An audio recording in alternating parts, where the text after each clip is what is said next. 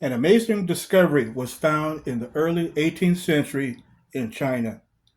4 stone slabs with inscriptions on them in Chinese characters describing the history of the Hebrew people and when they entered China. Let's dive right into this discovery and also ask the question, what biblical meaning does it have for us today?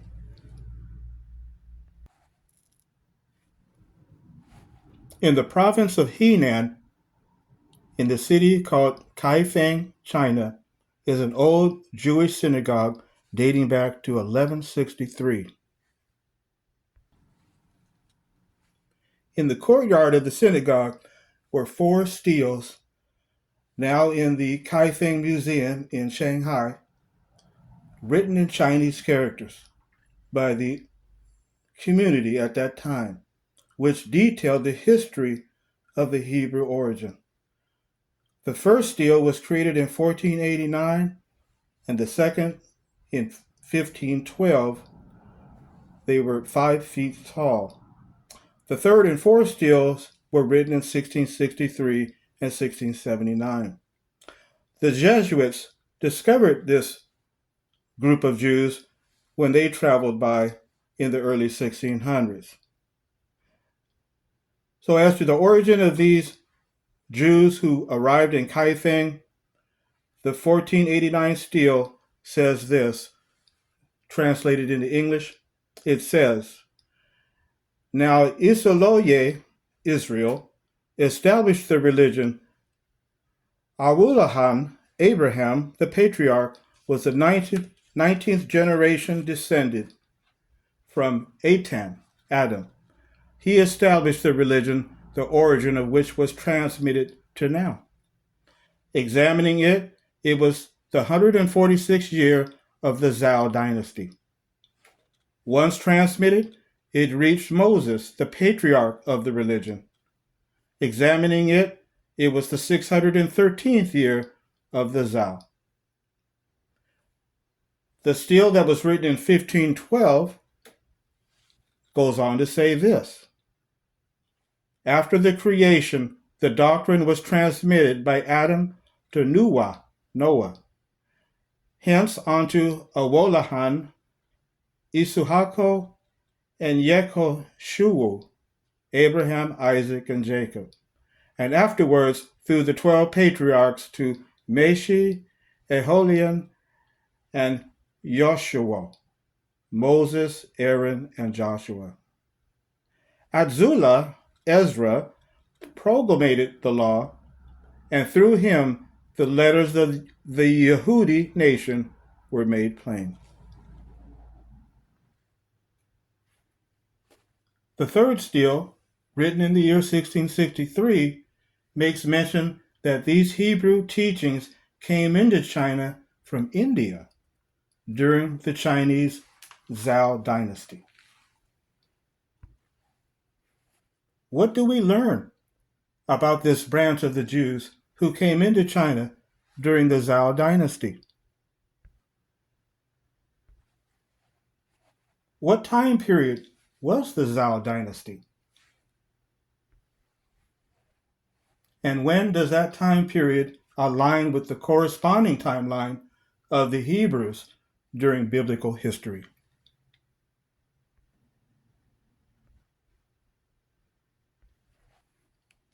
Well, first we learn through these steles that this group of Jews in Kaifeng, Henan province, China, believed that Abraham, or Luhan, established their worship and way of life. They believed that after creation, their doctrine was transmitted to Noah, and then to Abraham, Isaac, and Jacob. And then afterwards, through the 12 patriarchs, the 12 tribes, to Meshi, Aholian, and Yeshua, Moses, Aaron, and Joshua.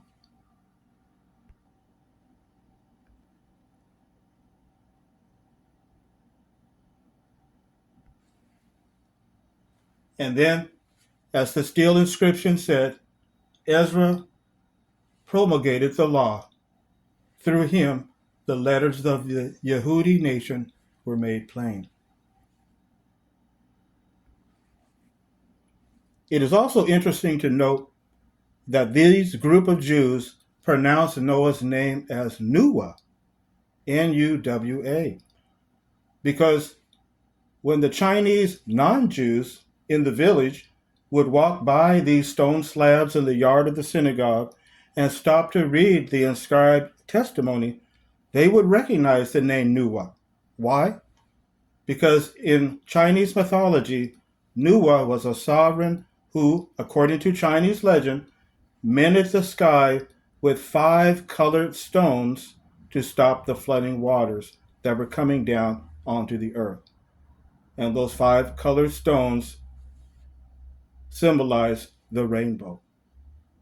It was as if these group of Jews who came into China during the Zhou dynasty were witnessing or testifying to the local Chinese about the biblical story of Noah and the great global flood.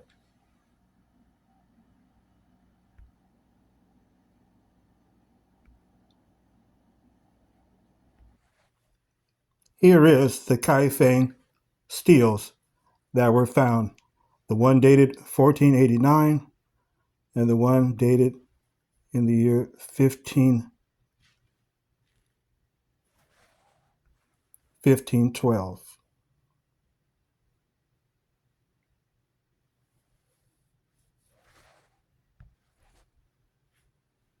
So when was the Chinese Zhou dynasty that these Jews said was the date on when they entered China? And how does that timeline correspond to the time period of the Hebrews in biblical history?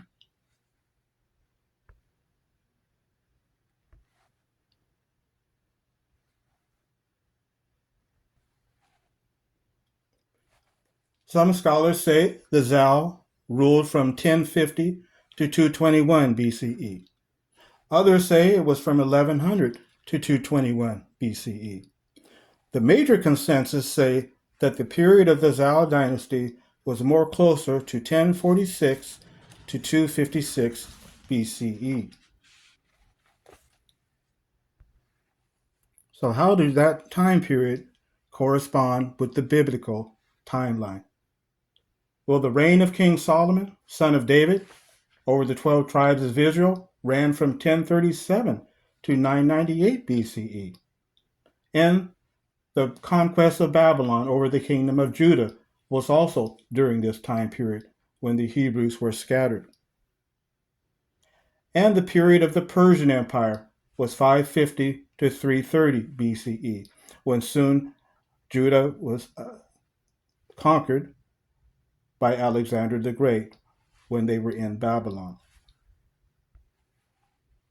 And as discussed in chapters 6 and 7 in the book, The Line of Shem and the Seed of Judah, King Solomon had a vast fleet of ships manned by both Judean and Phoenician sailors. Every 3 years, the ships of Solomon, along with the ships of King Hiram of Tyre, partnered together and sailed around the then known world to procure all types of different desirable merchandise and valuable trading items. Silk was sought after in biblical times. Ancient China was noted for its use of silk. So Solomon's ships may have sailed into the ports of China and India, or his royal trading merchants would have gone there to seek after the silk market. Traders also came to acquire it.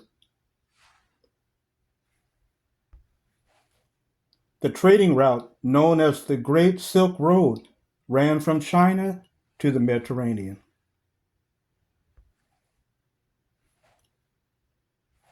So the rulership of King Solomon, the conquest of Babylon, and the Persian rulership all coincided at the same time as the Zhou dynasty. In fact, we know that King Darius, before his death, extended the borders of Persia into India. And that is why the Hebrew scriptures say in the book of Esther Now it came to pass in the days of Ahasuerus, who was the son of Darius.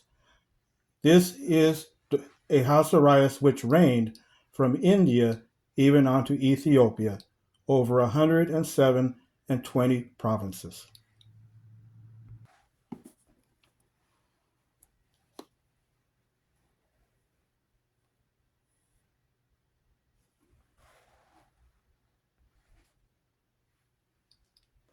So in conclusion, what biblical meaning does this historical discovery of the stela found in Kaifeng, Henan Province, China, have for people today?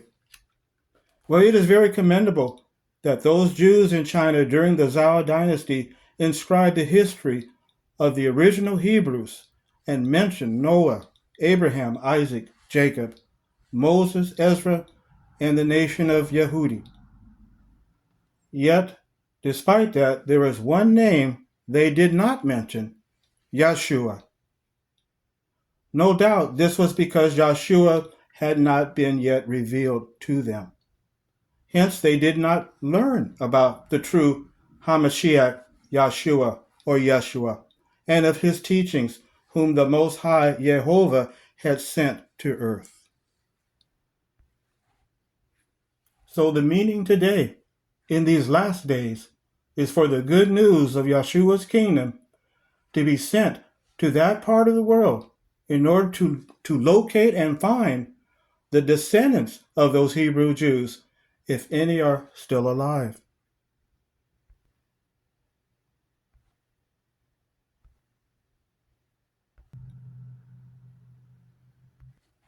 But not only them, but also those in that part of the world who are being taught a fake, apostatized, false version of Yeshua's teachings that were originally spread by his followers, the true Christians, the way, before the apostasy began in the 2nd century CE.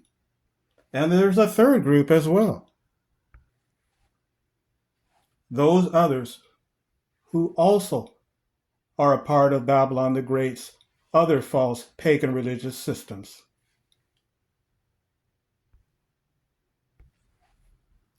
Yeshua said that the good news of the kingdom, of his kingdom, must be preached as a witness to all the nations, and then the end will come on this world to begin living forever on a paradise earth. So yes, friends, we definitely need to get this message out to all peoples, to all languages, before the end comes. Time is running out, so we got to act quickly. So please like, subscribe to my channel, and share my videos so that everyone can hear this message of the good news of the kingdom in these last days before time runs out, friends. If you would like to learn more about how you and your loved ones can live forever in Yeshua's paradise earth that's coming soon, please contact me or go to the link that I have left in the comments section. I hope you've enjoyed this video, and I hope that you can share with all that you know to help get this message out of the good news of the kingdom, my friends. So please share it. So thank you, family. And until next time, please, y'all be safe.